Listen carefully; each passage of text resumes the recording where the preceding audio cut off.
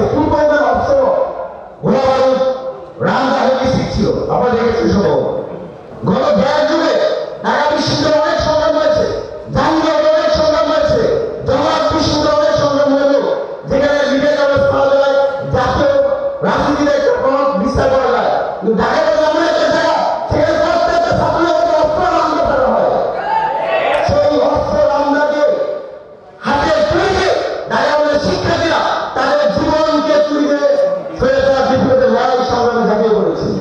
কিন্তু আমরা সবসময় বলে থাকি যে ঢাকা কলেজের অবদান আমাদের কেন্দ্রীয় সভায় অনেকেই কথা বলেছেন, রাজনৈতিক বক্তব্য দিয়েছেন, কিন্তু আমরা আসলে সবসময় দেখতে পাই যে ঢাকা কলেজ থেকে কোন ভাষা কোনো অবদানটা হয়ে গেছে। ছাত্রলীগরা সেখানে আমরা দেখেছি, বিএনপি সভাপতি আমরা জানি না, কিন্তু আমরা যদি অন্তর্বর্তীকালীন সরকার যেই সরকার ছাত্র সমাজের রক্তের বিনিময়ে দাঁড়িয়েছে সেই সরকার যদি ঢাকা কলেজকে কোন ভাষা করা যায় তাহলে কিন্তু আমরা মেনে নিব না। বর্তমান সময়ে আমরা বিভিন্ন সংস্কার কমিশন করছি, সংবিধান সংস্কার কমিশন, পুলিশ সংস্কার কমিশন, জননিরাপত্তা সংস্কার কমিশন, বিভিন্ন সংস্কার কমিশন হয়।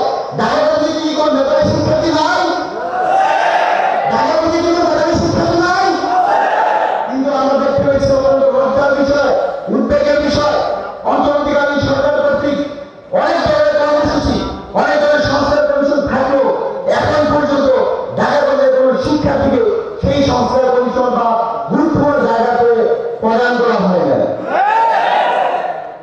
আমি আজকে আমাদের বৈষম্যবিরোধী ছাত্র আন্দোলনের কেন্দ্রীয় নেতৃবৃন্দ যারা আছে একই সাথে অন্তর্বর্তীকালীন সরকারের প্রতি আহ্বান জানাবো ঢাকা কলেজকে কোনোভাবেই যেন ছোট করে না দেখে।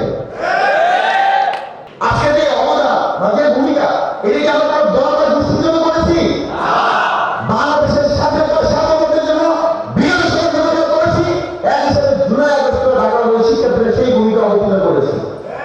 আমরা শুধুমাত্র ভূমি ক্রেডিট নেওয়ার জন্য আমরা কোনো করতে চাই না। আমরা আজকের এই মঞ্চ থেকে আমরা জানি বৈষম্যবিরোধী ছাত্র আন্দোলন ঢাকা কলেজের দুঃসাহসিক নেতৃত্বের কারণে আমরা ঢাকা কলেজের শিক্ষার্থী বন্ধুদেরকে একত্রিত করতে পেরেছি। বিশেষ করে রাকিব, মইনুল, জিহাদ, ইউসুফ, গাজী, আল্লাহ রামের জীবন, অনেক শিক্ষার্থীদের অনেক ত্যাগের বিনিময়ে তাদের অনেক দুঃসাহসিক নেতৃত্বের কারণে আমরা ঢাকা কলেজকে ঐক্যবদ্ধ করতে পেরেছি।